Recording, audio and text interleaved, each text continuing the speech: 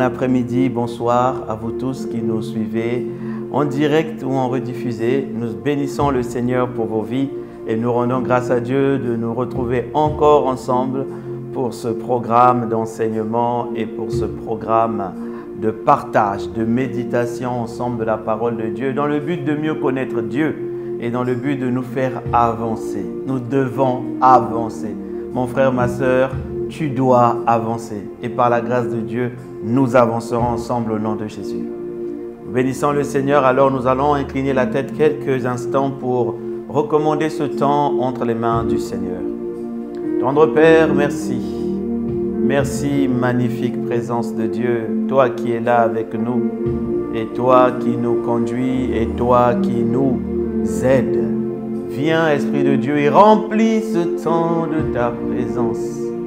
Remplis ce temps, Seigneur, de toi et de toi seul. Conduis-nous et enseigne-nous, car nous avons besoin de toi. Nous avons besoin d'avancer, Seigneur. Tu as dit que nous devons grandir, et nous faut grandir. Merci pour toutes ces personnes dans le monde entier que tu touches. Merci, Père, pour les personnes qui nous suivent dans tous les pays, dans tous les continents. Je bénis le Seigneur pour leur vie et je bénis le Seigneur, Seigneur, pour ce que tu es en train de faire. Nous te recommandons encore toutes ces choses dans le nom de Jésus. Amen. Alors nous bénissons le Seigneur, vous qui nous suivez partout. On sait que vous êtes nombreux à nous suivre en Côte d'Ivoire. Vous êtes nombreux à nous suivre en RDC, nombreux à nous suivre au Congo-Brazzaville, en France, au Canada, au Cameroun. Selon toutes les statistiques que nous regardons et que nous étudions, nous bénissons le Seigneur qui emmène sa parole dans tout le monde entier. Nous bénissons Dieu pour vos vies, pour vos pasteurs. Nous bénissons Dieu pour les pères que vous avez. Et moi aussi, je rends grâce à Dieu pour les pères que j'ai. Je bénis le Seigneur pour leur vie. Alors, nous sommes la dernière fois, le samedi dernier, nous avons eu un temps, la première capsule de notre programme. Pasteur, j'ai une question. Je sais que beaucoup de gens ont été édifiés par ce programme et je rends grâce à Dieu. Et nous attendons encore vos questions. Envoyez vos questions selon les thèmes.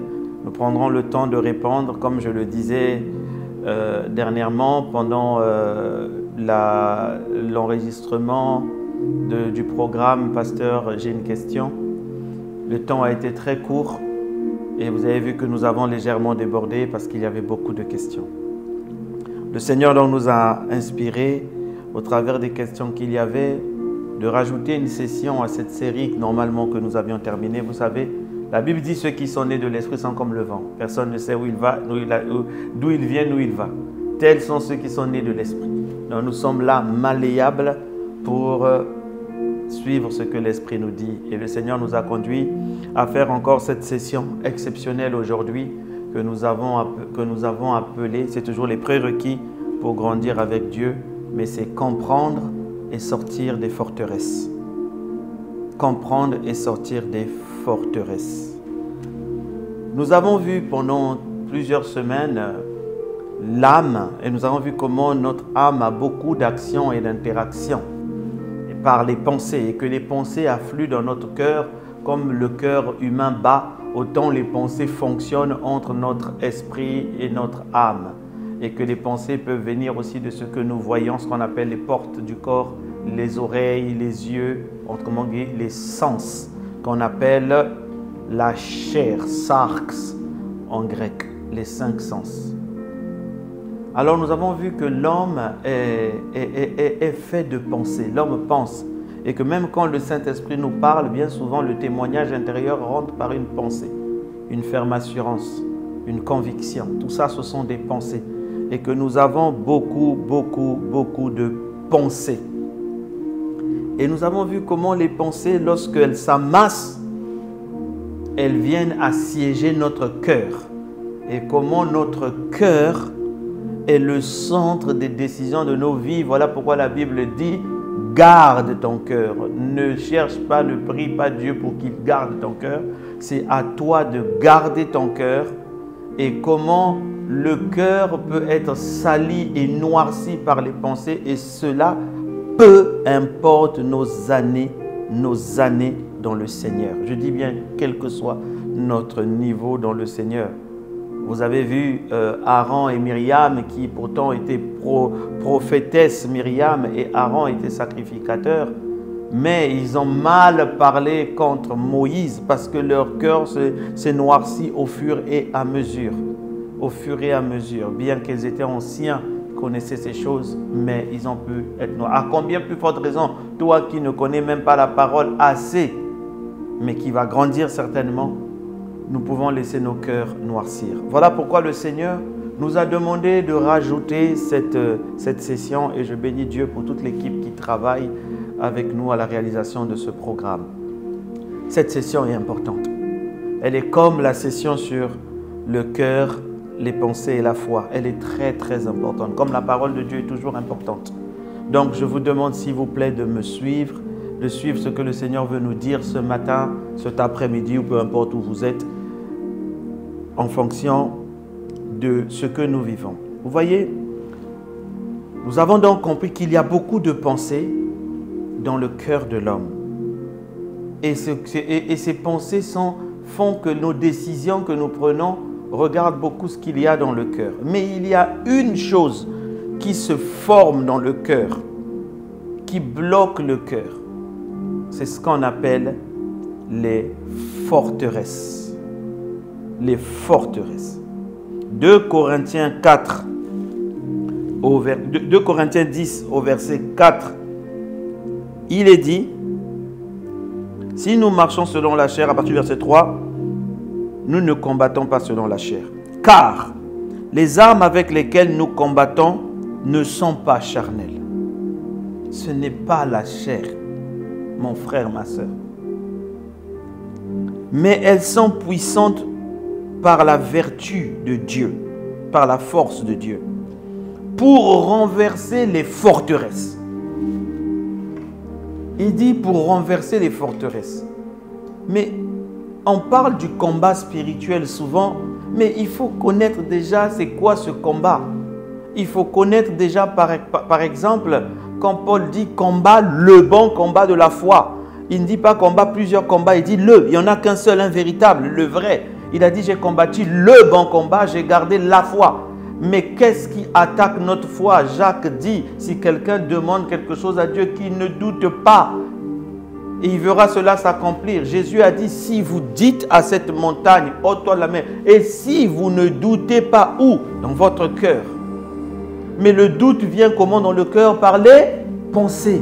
Encore une fois. Et il y a une chose qui vient canaliser nos pensées, ce sont les forteresses. Les forteresses. Alors il est dit au verset 5, nous renversons. Il explique maintenant ce que c'est que les forteresses. Il dit nous renversons les raisonnements et toute hauteur qui s'élève contre la connaissance de Dieu. On revient à connaître Dieu. Vous voyez, les forteresses, ce sont les raisonnements et les hauteurs qui se lèvent contre la connaissance de Dieu. Et il rajoute, et nous emmenons toute pensée captive à l'obéissance de Christ. C'est-à-dire qu'il comprend que, Paul explique que tout ça, là, les forteresses, là, quand on les renverse, si on ne ramène pas la pensée, les pensées vers la volonté de Dieu, les forteresses vont revenir. Et je le dis encore, je le répète, les forteresses ne dépendent pas de ton nombre d'années dans le Seigneur. Tu peux construire de forteresses sans t'en rendre compte. Tout dépend des pensées que tu laisses entrer dans ton cœur. Tout dépend de ton système de pensée, ce que tu veux penser, qu'est-ce que tu veux faire.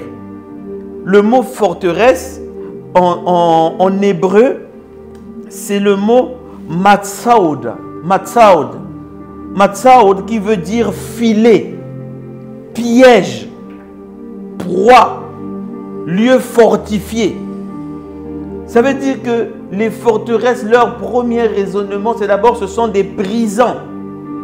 Ce sont des filets qui nous gardent emprisonnés, qui nous empêchent d'avancer. C'est comme ça que la Bible définit le mot forteresse en hébreu. Et en grec, c'est le mot okuroma. Okuroma qui veut dire un lieu fort. Toutes choses sur lesquelles quelqu'un s'appuie. Mais ça veut aussi dire des arguments et des raisonnements qu'un disputeur avance pour fortifier son opinion et la défendre devant son opposant. Donc nos arguments, nos techniques, tout ça là, notre façon de raisonner peut devenir des forteresses. Alors, tu ne comprends peut-être pas. La Bible dit, nous renversons les raisonnements. Les raisonnements lorsqu'ils s'accumulent dans ta vie. Le verset 5 dit, nous renversons les raisonnements. Les raisonnements lorsqu'ils s'accumulent dans la vie, ils deviennent et toute hauteur. C'est-à-dire que plus ça s'accumule, plus ça forme des hauteurs. Et quand ces hauteurs deviennent élevées, c'est là où on voit une forteresse. Mais ce n'est pas une forteresse visible. Aujourd'hui, que Dieu te délivre des forteresses. Mais il faut que tu puisses les comprendre. Nari brosta. Il faut que tu les saisisses. Il faut que tu comprennes que je suis dans une forteresse. Je suis dans une façon de penser, dans un raisonnement. Les raisonnements produisent les hauteurs. Les hauteurs en grec, c'est le mot upsoma, qui veut dire des choses qui sont élevées. Dans un espace, des structures élevées, des barrières qui s'élèvent. Donc les raisonnements créent des barrières qui s'élèvent, qui s'élèvent, qui s'élèvent. Oui, des barrières qui s'élèvent. Alors, c'est vrai que jusque-là, tu dis waouh, waouh. Mais c'est ça en gros qui vient bloquer le cœur. Tes forteresses là. Tout est lié, la Bible est liée. Il dit voilà pourquoi il faut renverser les forteresses et ramener les pensées captives. Mais ces forteresses s'élèvent contre quoi? Contre la connaissance de Dieu, contre connaître Dieu. Parce qu'on sait que la vie éternelle, c'est qu'ils te connaissent, toi, le seul et vrai Dieu. Donc, pour grandir, il faut renverser ces forteresses. Et ces forteresses viennent des raisonnements qu'on accumule et qui deviennent des hauteurs. Autrement dit, vous voyez, les forteresses, ce sont des schémas préconçus dans notre tête. Une façon de penser. Et une façon de faire les choses. Une façon de voir les choses. Tu vas voir des gens qui sont là. J'avais un ami comme ça. On est dans un restaurant, vous m'excuserez, hein, c'était un peu... J'ai un ami comme ça, c'est un ami que j'aime beaucoup en plus. Et on est dans le restaurant, à l'époque, il n'était pas né de nouveau. On commande une boisson, le serveur ou la serveuse vient donner les boissons. Et il dit, ah, peut-être qu'elle a craché dedans. Oh, je dis, mais comment tu peux penser comme ça? Mais comment tu peux penser que... Oh non, mais... Et il était conscient, quoi. Donc il commence à examiner le verre. Mais qu'est-ce qui ne va pas? Forteresse. Ce sont des schémas, des façons de penser, des systèmes, parce qu'il y a même des façons de penser qui sont nées de ce qu'on appelle des systèmes de défense. Par exemple, bon, il faut pas que je sorte trop, sinon le temps est calculé. Seigneur Saint-Esprit, aide-moi. Alors, les forteresses, ce sont des schémas qui sont conçus. Je vais prendre des exemples simples pour que vous retrouvez. Souvent, tu as une façon de faire des choses que toi-même tu sais. Les gens peuvent te dire, mais ce n'est pas bien ta façon de faire les choses. Mais tu es verrouillé. Non, moi, je fais toujours comme ça. C'est une forteresse. C'est une forteresse. Il y a des gens, par exemple, qui peuvent avoir des forteresses parce qu'ils ont été... Et les forteresses viennent de quoi? Voilà, on va attaquer directement. Les forteresses peuvent venir du passé, des choses vécues, des mauvaises expériences, mais aussi des bonnes expériences, parce qu'il existe des bonnes forteresses. Dis avec moi, il y a de bonnes forteresses. J'en parle rapidement. Regardez par exemple les bonnes forteresses. La Bible dit quoi dans le Proverbe 18? Le nom de l'Éternel est une tour forte, c'est une forteresse. Le juste s'y réfugie et s'y trouve en paix, en sécurité. Ça veut dire que le nom du Seigneur, quand tu apprends à connaître le nom de Jésus dans ses profondeurs, tu peux t'appuyer dessus, tu peux te cacher dessus. Parce que le nom du Seigneur est une forteresse. Psaume 18, verset 2. L'Éternel, mon rocher, ma forteresse. Donc même Dieu est une forteresse quand tu sais te cacher dedans. Mais c'est une bonne forteresse, mon libérateur, mon Dieu, mon rocher, où je trouve un abri, mon bouclier, la force qui me sauve, ma haute retraite. C'est-à-dire que Dieu, l'Éternel, est une forteresse. Pour nous qui croyons en lui, nous qui mettons en lui notre confiance, nous pouvons s'y réfugier, le juste s'y réfugie et se trouve en sécurité. Psaume 61, verset 3. Car tu es pour moi un refuge, une tour forte en face de l'ennemi. La Bible dit, lorsque David a voulu être lapidé par ses amis, la Bible dit, il s'appuya sur l'Éternel, son Dieu. Mais quoi? Il s'est caché dans la forteresse qui est Dieu. Cache-toi dans la forteresse qui est le Seigneur. C'est une bonne forteresse. Appuie-toi comme David. David s'appuya sur l'Éternel, son Dieu. David s'appuya. Il compta. Quand c'est chaud, mon frère, quand ça fait mal, quand on tire de toi partout, quand tu n'as... Frère, ne cherche même pas à parler. Appuie-toi sur l'Éternel, ton Dieu et ta forteresse. Si seulement tu as pu faire de lui ta forteresse. Et je te le souhaite dans le nom de Jésus-Christ. Psaume 91, verset que nous connaissons beaucoup. Je dis à l'Éternel, mon refuge et ma forteresse. Au verset 2. Le Dieu en qui je me confie. Donc, il y a de bonnes forteresses. Les bonnes façons de penser, les bons schémas. Quand ça arrive, Dieu demande que je fasse ça. Alors, je fais comme Dieu me dit. Quand ça arrive, Dieu demande. Ça, c'est une bonne forteresse. Mais il existe des forteresses. Les forteresses sont créées souvent par le passé. Les choses qu'on a vécues dans le passé. Vous savez, si vous étiez dans une maison et qu'on vous tapait beaucoup, la peur va rentrer dans de vous à devenir une forteresse. C'est comme ça que les forteresses de peur. Une maison où les parents étaient violents, ça devient des forteresses. Je vous ai dit une fois, le Seigneur me parlait de comment on entend Dieu. Et il disait que beaucoup de nous, nous entendons Dieu en fonction de notre expérience passée. Je vais vous dire une chose. Si vous avez eu des parents violents, des parents qui cognaient, si vous n'avez pas rencontré le Père de douceur, vous allez croire que Dieu est violent, il cogne tous les jours. Comme dit le pasteur Karambéry, mon frère, si Dieu te cogne, tu vas te relever. Ah, Dieu m'a brisé. Si Dieu te brise, tu vas te lever. Tu vas te lever où? Il y a des expériences que Dieu laisse que ça puisse t'arriver. Mais ce n'est pas Dieu qui te brise. Il va gagner quoi à te briser? Il te dit brise-toi toi-même. Il a dit jette-toi toi-même sous la pierre. Mais si tu attends que la pierre tombe sur toi, là tu vas t'écraser. Donc, il y a des façons de voir les choses. Si tu as eu une famille où tu étais souvent abandonné, ça peut créer vers toi des forteresses.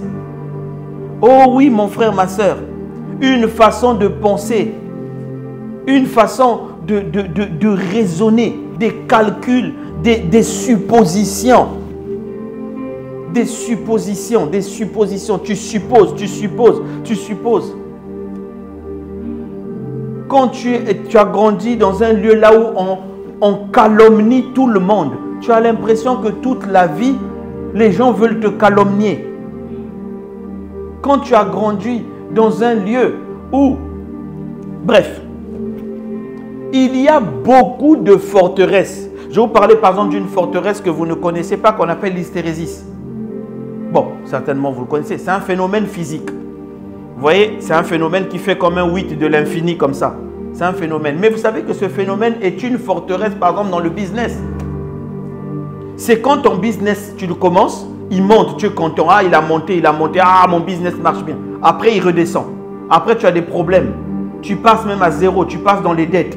Tu as tellement de problèmes avec ta boîte, ton entreprise. Et puis tu commences à remonter. Ah, c'est bien. Ah oui, là, le business est reparti. J'ai de nouveaux clients. Et puis après, tu redescends encore. Ah, on connaît des moments difficiles. Et on redescend. Tu passes par le bas, Après, tu dis, ça commence à remonter encore. Mais mon frère, tu es dans ce qu'on appelle les phénomènes d'hystérésis. ça peut durer tous les 2 ans. Donc tous les 2 ans, tu fais des bénéfices, après tu redescends. Tu redescends, tu redescends. Après tu recommences à faire des bénéfices, après tu redescends. À la fin, tu vois que 5-6 ans sont passés, tu vis le même phénomène. À dire que la Bible dit que le juste a son chemin est croissant comme le soleil qui se lève. Mais ça, c'est un hystérésis. Et là, tu vas rester dedans parce que tu vas dire, oui, on m'a dit qu'il ne faut pas abandonner le projet parce que ça va marcher. Mais il faut briser cette forteresse et sortir de cette hystérésis. Parce que tu auras 50 ans, tu continueras à faire des yo-yo, toujours endetté, toujours ceci, parce que tu es dans un hystérésis. Bon, ça c'est pour ceux qui font des affaires. Si tu es dedans, que Dieu te délivre. C'est-à-dire que tu te reconnais toi-même. Alors, les pensées dans le cœur emmènent un système de pensée qui devient une habitude, un caractère et qui forme dedans de nous des forteresses. Des forteresses. Alors, le Seigneur me disait de parler de ce qu'on appelle les cercles de confiance. Vous voyez comment naissent les forteresses? Les forteresses souvent naissent de notre passé. Des choses qu'on a vécues, des systèmes de défense, je disais tout à l'heure. C'est-à-dire que si par exemple on te tapait beaucoup, dès que tu rentres, tu commences à raser les murs. Pourquoi? Pourquoi tu commences à raser les murs? Parce que tu es déjà en train de te défendre, on ne sait jamais. Une gifle peut partir à n'importe quel moment, donc tu es déjà prudent. Mais le jour où la personne qui te faisait sa part, tu vas toujours être prudent même avec les autres. Quand on éduque les animaux, vous savez qu'on crée des forteresses depuis qu'ils sont petits. On dit ça là, tu ne traverses pas ça, même quand il va grandir, il ne va pas traverser. Il ne va pas traverser. Vous voyez des animaux qui sont balèzes, qu'on attache sur une tige, mais il a peur de bouger. Parce que depuis qu'il est petit, on lui a dit si tu bouges ça, tu vas avoir mal. Même quand il devient grand, s'il pousse ça, ça va tomber. Moi j'ai un chien et c'est pareil. Depuis qu'il est petit, on lui avait dit de ne pas traverser les chaises. Mais aujourd'hui, il est énorme. S'il touche la chaise, il renverse tout. Mais quand il y a la chaise, il s'arrête. On a créé une forteresse. Une forteresse. Et les schémas, les choses qu'on répète, même avec les enfants, ce sont des forteresses qu'on met en place. Il y a des bonnes forteresses. Voilà pourquoi la Bible dit, enseigne l'enfant pendant qu'il est encore jeune. Il ne s'en éloignera pas. Quand il grandira, il ne va pas s'en éloigner. Pourquoi? Parce que tu viens de mettre envers lui une forteresse en disant, révère l'Éternel ton Dieu. Appuie-toi sur l'Éternel, le Dieu de ton Père. Compte sur lui. Alors les forteresses peuvent venir de ce qu'on appelle les cercles de confiance. C'est-à-dire que dans ce cercle-là, quand on arrive, on a confiance en ce qu'on nous dit, on a confiance en ce qu'on fait. Et là, on se laisse endoctriner, embobiner par tout ce qui est, tout ce qu'on nous dit. Et ça crée en nous des schémas de réflexion. Si on te dit, ma fille, les hommes sont mauvais, ils sont mauvais, regarde ce que ton père m'a fait, regarde ce que ton père m'a fait. La fille va grandir avec le fait que les hommes sont mauvais. Et elle va penser que ce que le papa a fait, elle aussi, elle doit le vivre. Et donc, elle va être prudente. Or, la Bible dit, ce que je redoute, c'est ce qui m'atteint, ce que je crains, c'est ce qui m'arrive. C'est-à-dire qu'en redoutant ça, c'est ça qui va arriver. Ça va venir encore renforcer les hauteurs, dire, vraiment, ma mère avait raison, hein, les hommes sont mauvais. Alors, parmi les cercles de confiance, là où naissent les forteresses, il y a la famille, le premier cercle là où on est né. La famille crée des forteresses parce que nous, on a confiance. Les enfants ont confiance au père ou aux mères qu'ils ont. Mais les pères et les mères viennent déballer leur propre vie sur les enfants. Ils créent des forteresses. Ah, nous, hein, tu sais, hein, ton père, c'est pas Rothschild, comme disait un comédien que vous connaissez bien. C'est-à-dire que l'enfant sait que, ah, nous, nos parents sont pauvres. Vraiment, nous, mais ça crée comme une forteresse s'il ne se délivre pas de ça, s'il ne connaît pas le Dieu qui enrichit. Quoi d'autre? Donc ça peut détruire même le regard du père. Un père qui est violent va emmener les enfants à croire que Dieu est violent. Et ça crée des forteresses. Un deuxième cercle de confiance qui crée des forteresses, c'est l'école. Et l'environnement de l'école. Quand on envoie nos enfants à l'école, on a confiance. Mais aujourd'hui, il y a des écoles où on veut leur apprendre des choses bizarres, vraiment. Hein. Laissez nos enfants. On a fait confiance, on vous envoie les enfants à l'école. Vous venez commencer à leur expliquer que c'est normal qu'un homme et un homme se marient, une femme et une femme se marient. Si pour vous c'est normal, laissez nos enfants. On a mis cela, on les a envoyés dans un cercle où on avait confiance sur l'éducation. Vous commencez à changer les choses. Et c'est comme ça que l'enfant sort. Il commence à se dire que c'est normal. Parce qu'on l'a coloré. Nos brasés, que ce ne soit pas le partage de nos enfants au nom de Jésus-Christ. Voilà pourquoi on a besoin que les chrétiens s'élèvent pour ouvrir des écoles. On a besoin des chrétiens sur les 7 montagnes.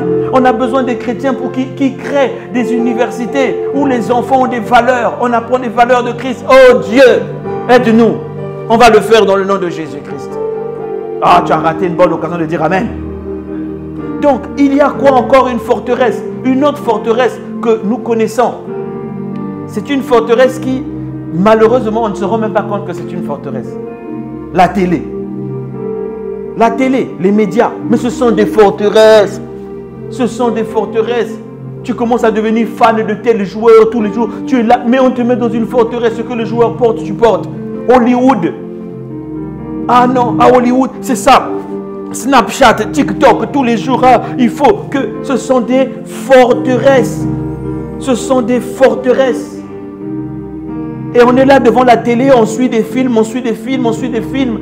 Vous suivez beaucoup de films d'espionnage. Et tu vois que le gars devient...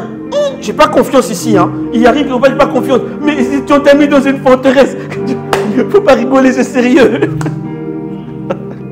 Hein? Ma soeur, tu es en train de suivre Novelas. Bon, vous peut-être en Europe, vous ne connaissez pas Novelas. Mais Novelas, c'est des séries de l'eau de douce. Il y a toujours un Ricardo dedans. Il y a toujours un Anna ou Aïcha, Oliver. Voilà. Et vous suivez ça. Et là, tu crois que la vie, c'est comme Oliver qui a fait l'enfant avec la tante de sa cousine. Et après, il fallait cacher l'information. Et voilà comment nos sœurs, nos mamans vivent dans nos Novelas, mais ce sont des forteresses. Et la suspicion naît. Ah, on ne sait jamais. Hein. Tu sais, hein, ce genre de choses-là, on a vu ça dans le monde. Non, tu n'as pas besoin du monde, tu as vu ça à la télé. Et ça crée une forteresse, une forteresse. Il y a l'avant-dernier cercle que Dieu m'a dit, hein, il y en a certainement plusieurs, de confiance, un cercle de confiance. Ce sont nos amis et nos proches. Il y a des gens sur qui on a confiance, on parle de nos vies. Et ces gens-là finissent par vouloir vous contrôler. Ils commencent par vous contrôler parce que les conseils qu'ils vous donnent sont orientés. Et quand tu ne suis pas le conseil, on dit « Ah, toi tu deviens mauvais, toi tu n'écoutes pas ce qu'on dit. » Mais on peut te mettre dans une forteresse parce que tu leur fais confiance. C'est un cercle de confiance. C'est-à-dire que quand tu es avec eux, tu as confiance. Mais tout ce qu'ils t'inculquent, la façon, ah non, il ne faut pas faire comme ça, écoute ce qu'on te dit, écoute. Mais il y a des choses qui viennent eux-mêmes qui te disent ça, ils ont leur propre forteresse. Ils viennent te contaminer, c'est une contagion de forteresse. Et tu te retrouves dans des forteresses de forteresses. Donc les amis peuvent être aussi des forteresses. Il y a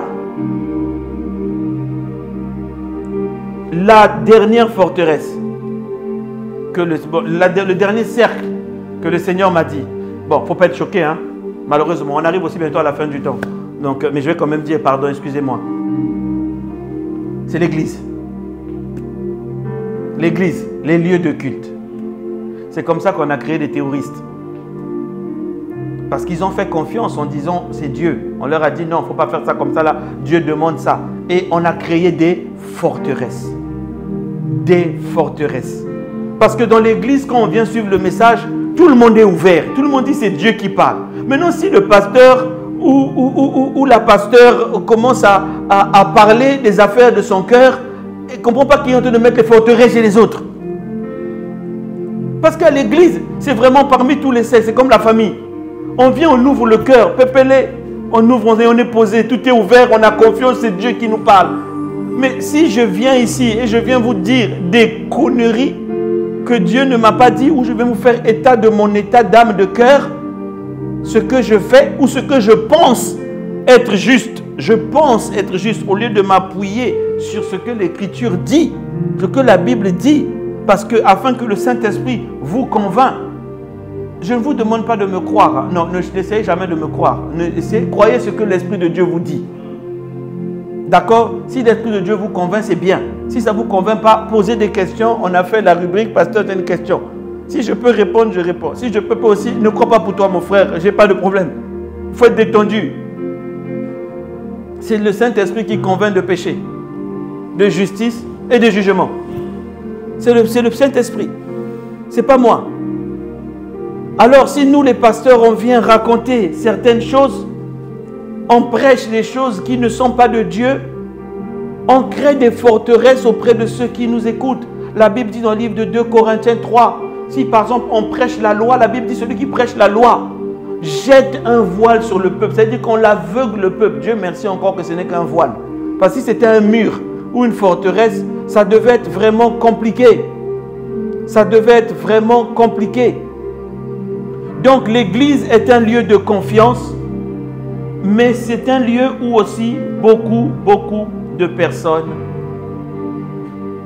se voient créer des forteresses. Des forteresses. Par exemple, moi j'avais une ancienne église que j'aimais beaucoup, hein, mais que j'aime toujours beaucoup, hein, mais on combattait beaucoup là-bas. Il fallait combattre. C'était, le diable a fait quoi? Tête. Le diable a fait quoi? Gauche. Mais on a créé des super-héros. Des gens qui voulaient le combat partout.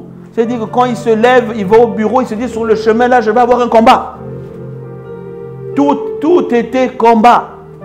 Mais on a créé une forteresse. Le combat, ce n'est pas mauvais. Mais il ne faut pas que ça devienne une forteresse où tout, même pour t'élever. J'ai assisté à des bénédictions du repas. Seigneur, je déclenche le feu sur le repas, les flèches. Même les enfants guettent, ils disent, mais ce repas-là doit être vraiment dangereux si je mange ça. Avec toute la prière qu'il y a eu, Jésus a rendu grâce. Merci pour le pain que tu nous donnes, il a mangé. Donc, il y a des forteresses. Je vais vous demander 5 minutes supplémentaires, s'il vous plaît, juste que je finisse. S'il vous plaît. S'il vous plaît. Alors, les forteresses peuvent venir de nos blessures.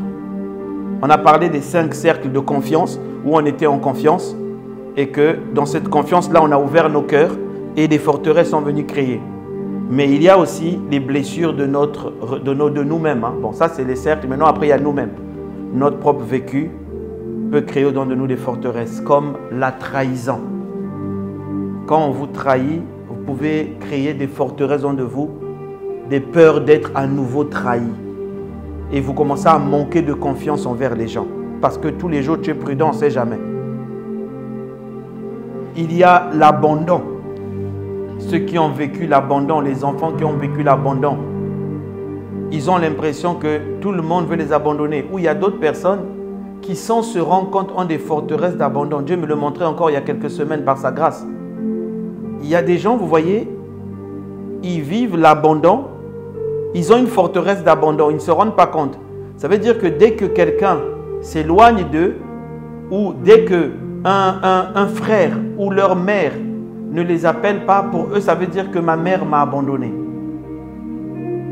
Ça veut dire que mon ami m'a abandonné. Mais ils ne savent pas qu'ils sont dans une forteresse de l'abandon. Ou quand ils voient l'éloignement, automatiquement, même si tu es envoyé en mission en Chine, si tu ne l'appelles pas, la sœur va dire que tu m'as abandonné. Parce qu'il y a une forteresse d'abandon. Il y a l'humiliation. L'humiliation. Les gens qui ont été humiliés, ils peuvent créer des forteresses au-dedans d'eux. Des forteresses. Vous voyez, l'humiliation, c'est quelque chose qui est très difficile. Quand vous avez été humilié, comme certaines personnes, vous avez l'important que partout où vous partez, on vous rappelle votre humiliation. Et si Dieu ne vous donne pas la force pour traverser les humiliations, vous resterez dans une forteresse. Vous aurez peur des gens après. Vous aurez peur d'aborder les gens. Que Dieu donne la force que nous tous, nous puissions sortir de ce genre de choses. Il y a les rejets. Ceux qui ont été rejetés. Rejetés par la société, rejetés par la famille. Mais ils sont rentrés dans des forteresses. Des forteresses des rejets. Ça, c'est une forteresse. Vous voyez, moi, j'ai fait l'armée et je suis allé à l'armée très tôt. Mais il a fallu peut-être 15 ans après ou 20 ans, même 30 ans après, que Dieu m'explique, 20 ans après, que Dieu m'explique que j'étais dans une forteresse. Que le fait que je sois parti à l'armée très tôt, je vivais un rejet. Un rejet. Quand ma famille ne venait pas me voir, je disais, bon, ils m'ont abandonné, de toute façon, moi, je ne compte pas. Mais j'ai traîné ça dans ma vie pendant longtemps sans savoir que j'avais des forteresses de rejet. J'avais des forteresses de rejet. Il y a d'autres qui sont des violences subies. Tu as été violée quand tu étais petite. On t'a commis, on a fait sur toi des abus. Tout ça là, ça a créé des forteresses. Il y a d'autres femmes, même ça a combiné la frigidité dans le couple. La frigidité.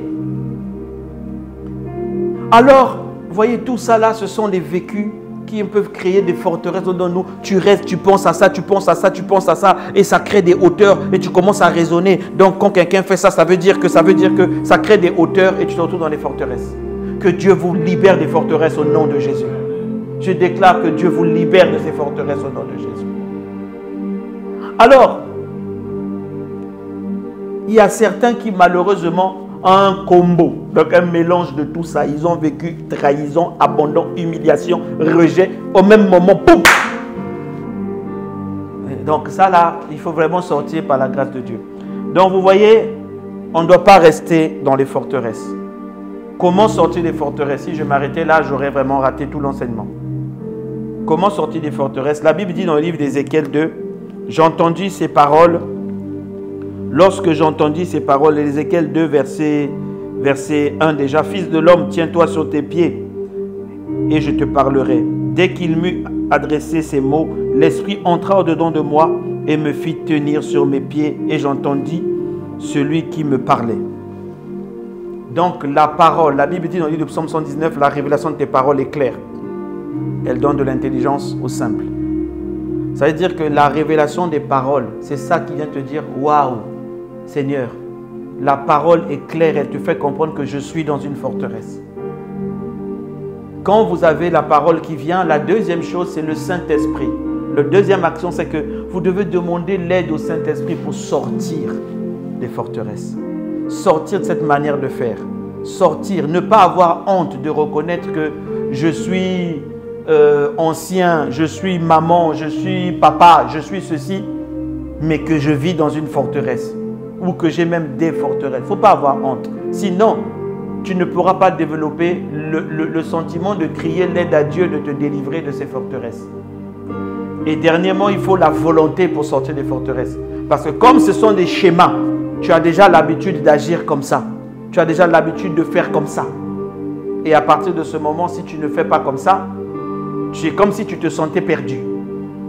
Mais ça là, il faut l'aide de Dieu. Voilà ce qu'on pouvait dire pour clôturer cela. On doit sortir des forteresses. Parce que les forteresses nous empêchent de vivre le prophétique. Le prophétique, c'est des vents nouveaux. Les forteresses t'empêchent de changer de saison. Quand Dieu a bougé, tu n'arrives pas à changer de saison parce que tu es bloqué dans une saison.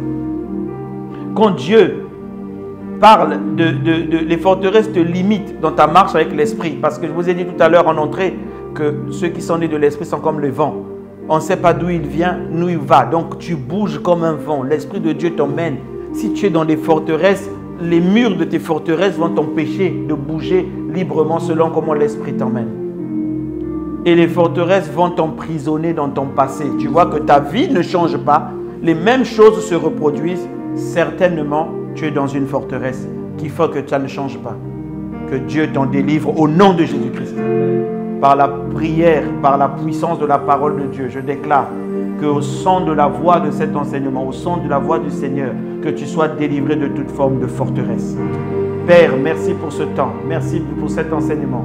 Merci pour tes paroles qui viennent libérer ton peuple. Merci pour la puissance de ton onction qui illumine les yeux du cœur et qui nous montre les forteresses dans nos vies. Change notre manière de penser, ces raisonnements qui viennent s'opposer à la connaissance de Dieu pour nous. Merci Seigneur, que ton nom soit glorifié dans le nom puissant de Jésus. Que Dieu vous bénisse. Vraiment désolé, nous avons débordé de quasiment 8 minutes de temps. 8 minutes, c'est beaucoup. Mais c'était vraiment important de finir. C'était important. Tellement de gens sont dans les forteresses. Partagez l'enseignement. Vraiment, faites votre devoir d'évangélisation. Il y a des gens qui ont besoin d'entendre la parole pour comprendre que peut-être que ma colère là, c'est vraiment une forteresse. D'où ça vient? Et la Bible dit, je crie à l'Éternel et il me répond. Donc, partagez la parole et soyez humble pour la recevoir et comprendre que je suis dans une forteresse. Que Dieu vous bénisse. À la prochaine session.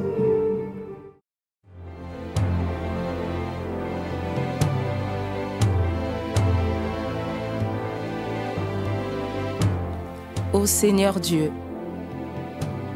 je crois en ton Fils Jésus-Christ. Je crois qu'il est mort pour moi et que Dieu l'a ressuscité d'entre les morts. Je confesse de ma bouche que Jésus-Christ est le Seigneur de ma vie, dès maintenant et pour toujours. Je donne ma vie à Jésus-Christ dès aujourd'hui et j'ouvre mon cœur par la foi et reçois le salut.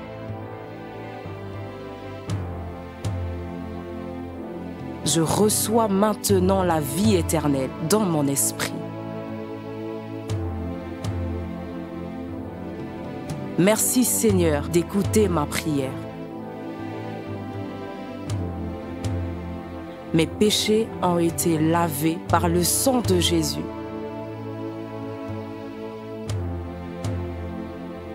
Christ vit maintenant en moi. Et je suis libre. Je suis sauvé. Je suis né de nouveau. Et dès aujourd'hui, je marche en ayant conscience de ma nouvelle vie en Jésus-Christ. Amen.